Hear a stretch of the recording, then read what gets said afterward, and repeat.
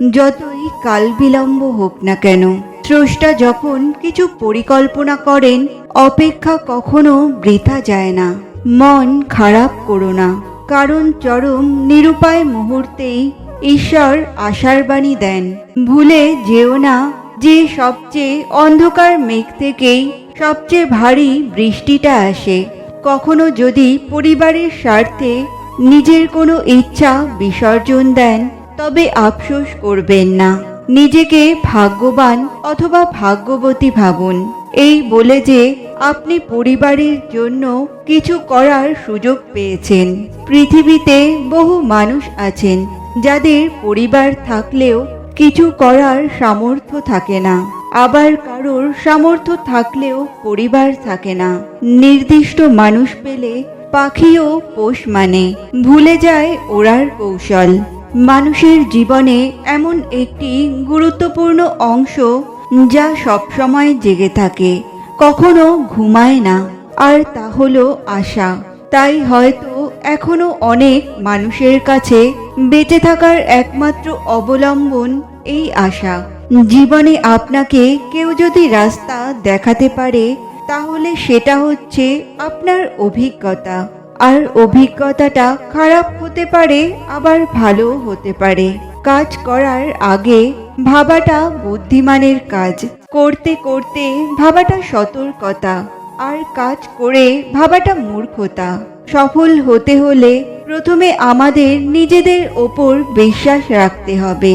আর যদি নিজের ওপর বিশ্বাস না রাখেন, তাহলে সবাই আপনার সফলতার রাস্তা আটকে দেবে। প্রতিশোধও না, আর ক্ষমাও না, শুধু অপেক্ষা সময়ের। সময় বুঝিয়েও দেবে আর উত্তরও দেবে। কোনো ঘটনার প্রেক্ষিতে সাথে সাথে প্রতিক্রিয়া ব্যক্ত করবেন না। একটু থামুন, লম্বা দম নিন, মনকে জিজ্ঞাসা করুন, এই মুহূর্তে আমার কি করণীয়? হতাশা তোমাকে কিছুই দেবে না, বরং আশাগুলোকে বিনষ্ট করে দেবে। সুতরাং নিজেকে নিজের মতো করে নিয়ন্ত্রণ করতে শেখো। পাথর হাজার বছর জলের মধ্যে পড়ে থাকলেও তার ভেতরে জল কখনো ঢোকে না, কিন্তু মাটিতে জল লাগলেই তখনই গলে যায়।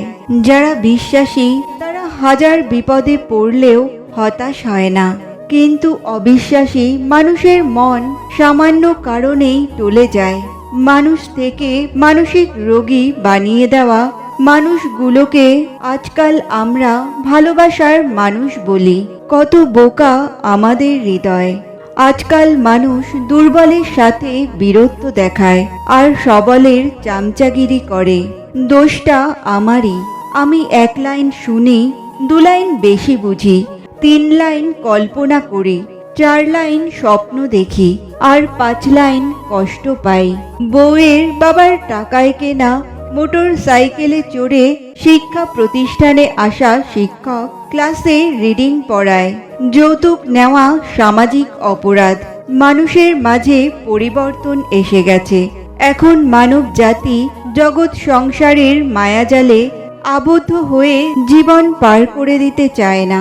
ক্ষণে ক্ষণে রং পাল্টায়। গিরগিটিও হয়তো মানুষ দেখে ঈর্ষান্বিত হয়।